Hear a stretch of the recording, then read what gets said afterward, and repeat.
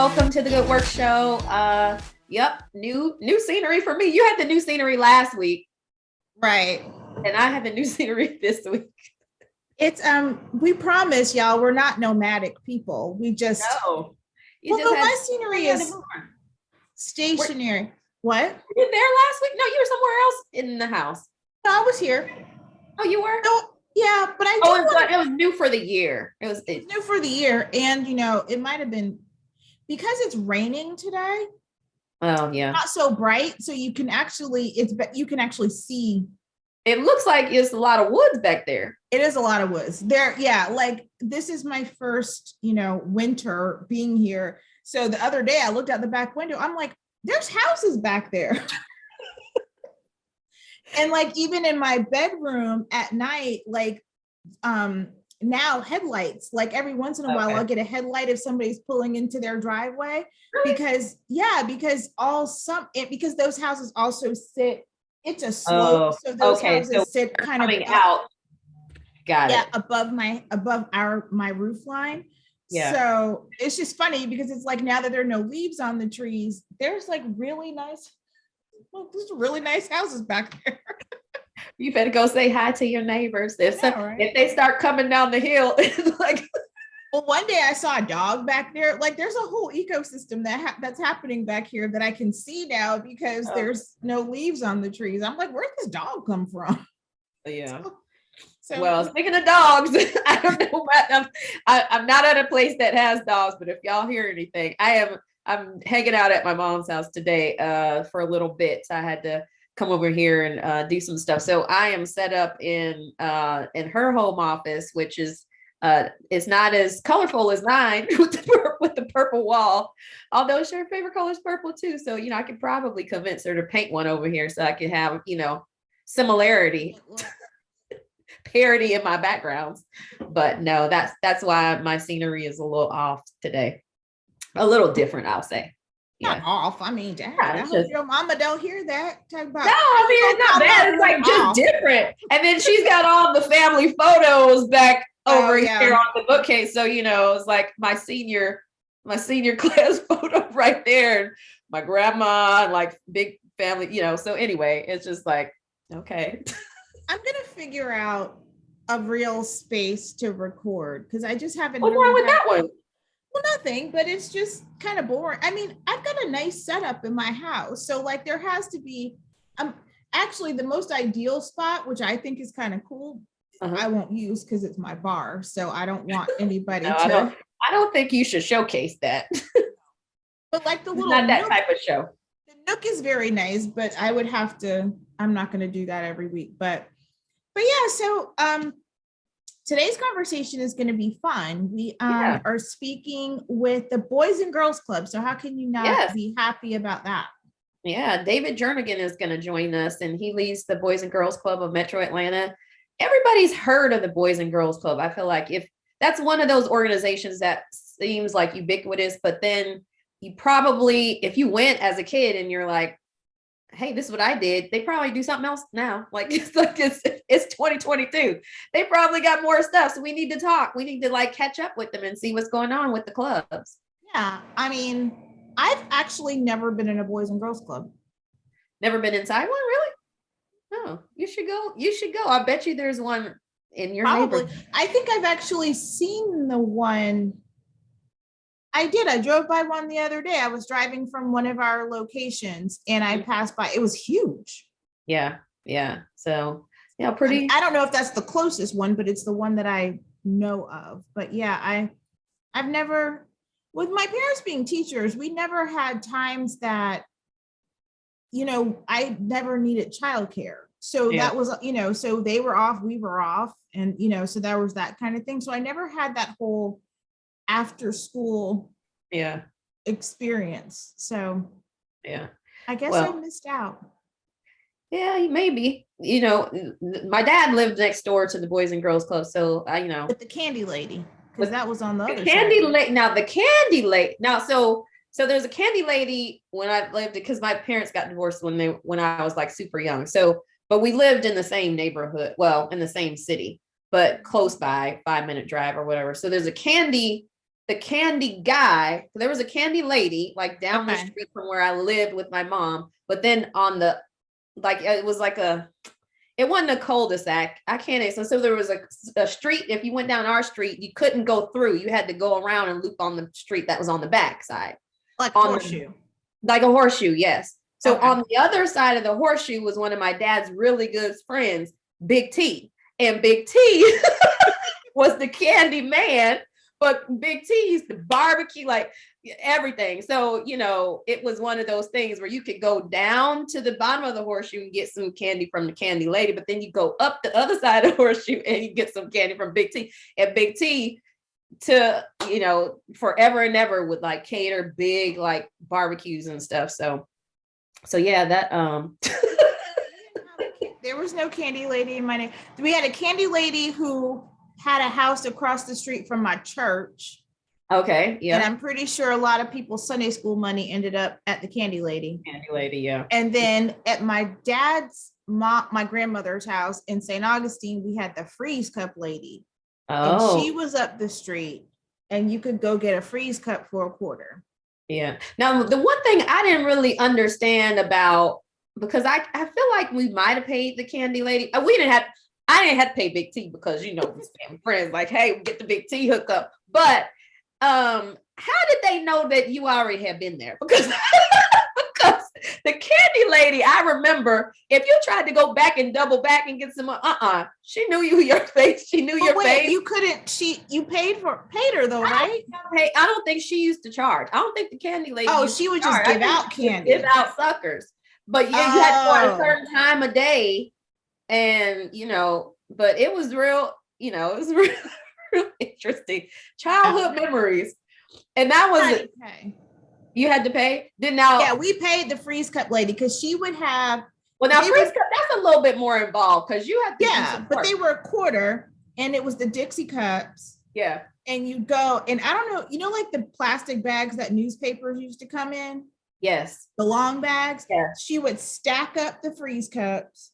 Yeah. And she would put them in a newspaper bag. And that's how you would, and you'd walk down the street with your bag of freeze cups. That was so sanitary. I know. Now that I think about it, I'm just like shaking. But that's what as a kid, hey, yeah. Oh my God.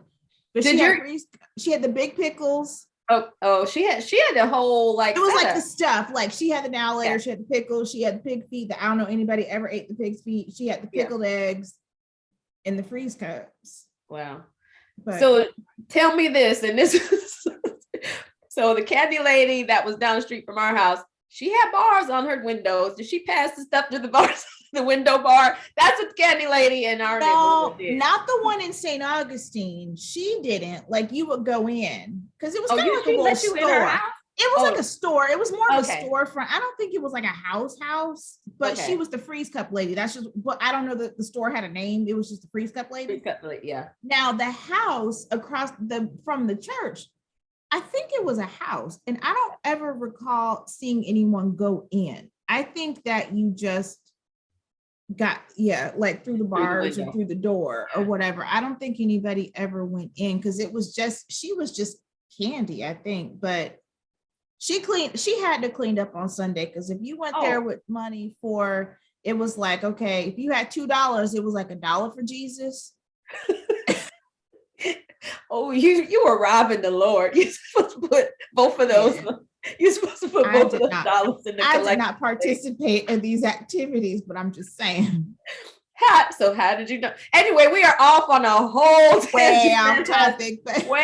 We have welcome back to the Good Work Show. I know. Sometimes this is what happens. It's a slippery slope. We started on childhood memories, the Boys and Girls Club. Hey, that's what got us there. But yeah, so many of you have probably heard of it. Some of you are probably club kids growing up. Lots of celebrities are. We've seen a lot of that. I remember seeing like Usher had a bunch of billboards, I think, like talking about that. And so anyway, it'll be good to catch up to see what they've been doing. And particularly in the pandemic, since school has been different for a lot of kids, like what is the experience at the Boys and Girls Club been for everybody since the pandemic? So it'll be good to talk to David about that. Yeah, so I'm excited to do that, and here we go.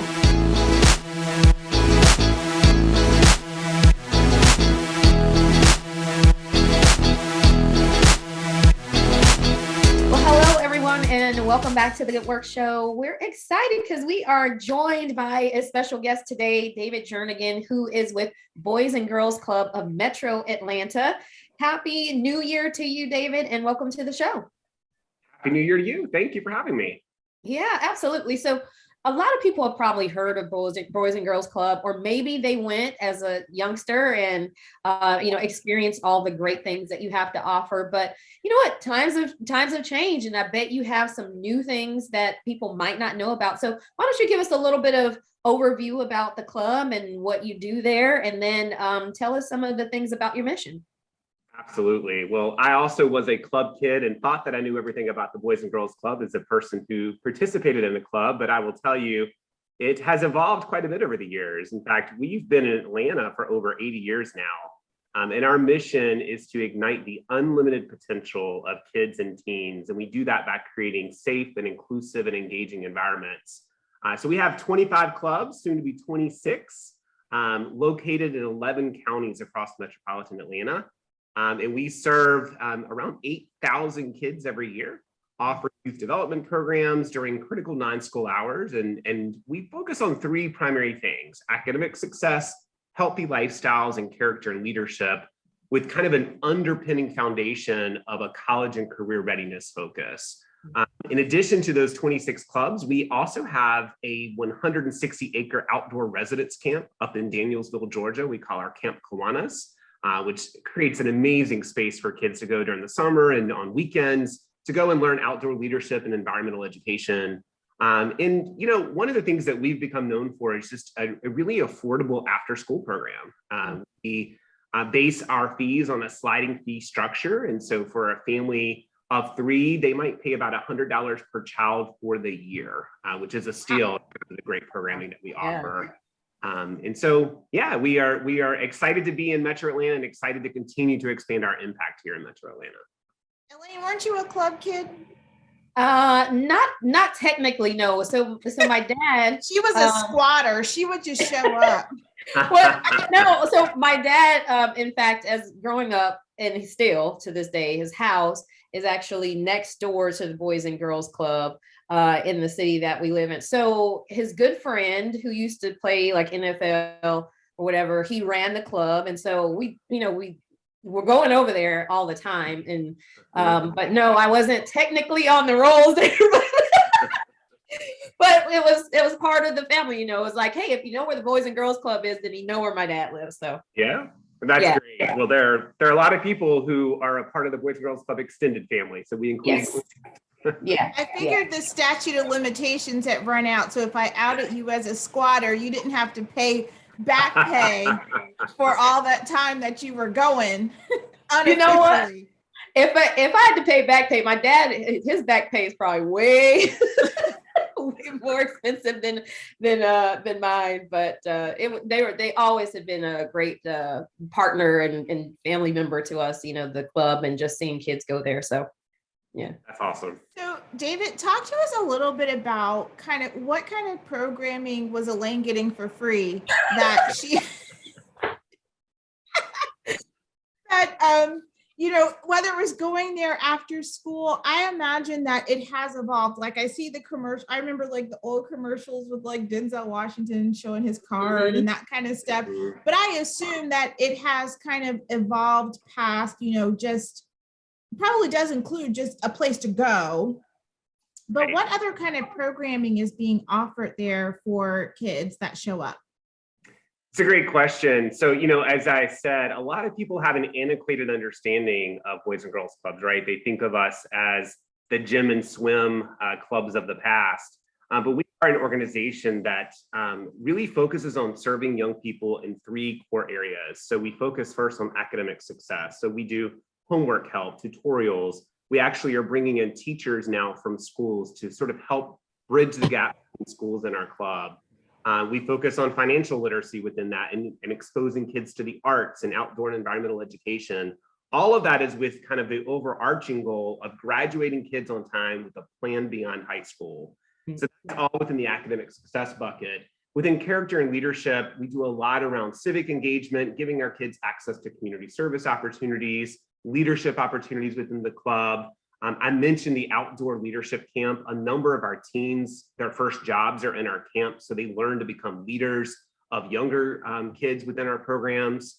And then our healthy lifestyles program is kind of the area that most people think of when they think of the Boys and Girls Club. They think of the sports, which is certainly a part of who we are, but it's so much more than that. It's drug and alcohol prevention, it's responsible decision-making, it's physical literacy and nutrition education and health and wellness and the social emotional well-being of young people.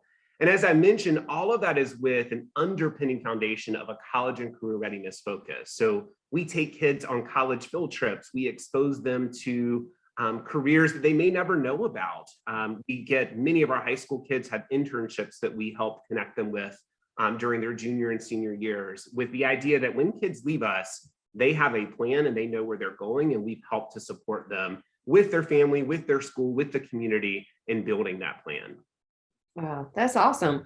And you know what? So the thing that we were talking about before we started recording was COVID, and I'm sure just like schools had to, quickly like, oh my gosh, what are we going to do? We've got, scholars here, and now you've got club members and youth. And so tell us about sort of the pivot and all you've been doing, because I know there's been lots of safety protocols and things put in place, and even some of the programming, because field trips and things are probably a lot different. So tell us how you pivoted and what's the plan now for all the programming. It's a great question. And, so for me as a new leader coming in about a year and a half ago, I came to Boys and Girls Clubs in the middle of the pandemic. And if there's anything I learned when I walked in the door, it is how much of a family this organization is to our families. So when we had to initially close our doors back in March of 2020, we did immediate outreach to families. We offered thousands and thousands of meals in partnership with various partners to just make sure that the food and security needs were being met. And we made sure that kids had devices. So we connected our young people with a couple of hundred devices who needed them to be successful with virtual instruction. And then as the pandemic continued and kids started going back to virtual instruction in the fall of 2020, we opened up our clubs to serve as virtual learning hubs. And so we created a safe space for kids to come during the day. We've always been an after school program, but we completely changed our programmatic model in partnership with local districts and open up a place for them to come and have support to get online. A lot of families needed to get to work, needed to get back to work. And so we created that safe space for them to be able to come and have that support. Obviously, as kids went back to in-person instruction, our model continued to evolve. And I think as it stands now, we are operating reduced capacity, but ultimately ensuring that our young people are safe. We put a lot of safety measures in place. We are now, as we hire new employees, they are vaccinated, and we are requiring proof of testing of our staff every week, just to make sure we create the safest space as possible for young people. Great. So I think a couple of things we know, I think everybody knows what great resource the club is to the community. So I guess two things. One, if folks are listening and maybe they do need resources now for their kids that they didn't need before, because everything has changed and evolved, and they may not have thought about the Boys and Girls Club as a resource for them, how do they connect with you, or where do they go to find out more information about how their kids can connect with the club at this time? Yeah, absolutely. So we're spread out across Metro Atlanta, so there's likely a club in your neighborhood. If you live within Metro Atlanta, our website, which is www.bgcma.org, Boys and Girls Clubs in Metro Atlanta.org, has all of our clubs listed and their phone numbers. So I'd encourage families to go contact their local club. Many of our clubs still have spaces available and are actively recruiting kids as we go into January. And so I would encourage families to reach out, and we would love to give them a tour of the club and give them an opportunity to learn more about how we could support their families. Great. And then I guess, go ahead, Elaine. Oh, I was going to say, awesome. I mean, particularly the thing that keeps striking me, David, is how affordable it is. When you said a family of 3 and you said, I thought you were going to say 100 per child, but you said like 100 per child per year. Like that's to me, incredible. That's one of those things. Yeah. And so people can donate through the website as well if they want to keep supporting that mission. Absolutely. And I was going to make the point, it costs a lot more than $100 per kid, as you can imagine. And the way that we're able to keep our doors open is through the generous support of our local donors, foundations, corporate partners. We're always looking for new partners to help allow us to continue to grow our impact. And so anyone could go to our website and figure out a way to connect with us and figure out how they could support us financially. Great. That was going to be my last question. So sorry, I stole it. No, it's fine. Fantastic. Well, thank you so much. Yes, this was awesome. And everybody check out your local Boys and Girls Club. Make sure you're a paying member. Yeah, Elaine's going to make a donation. There you go. Yes, you owe some back pay. Right. Thank you guys so much. It's been a pleasure to be with you today. Absolutely. Thank you. Okay. Take care.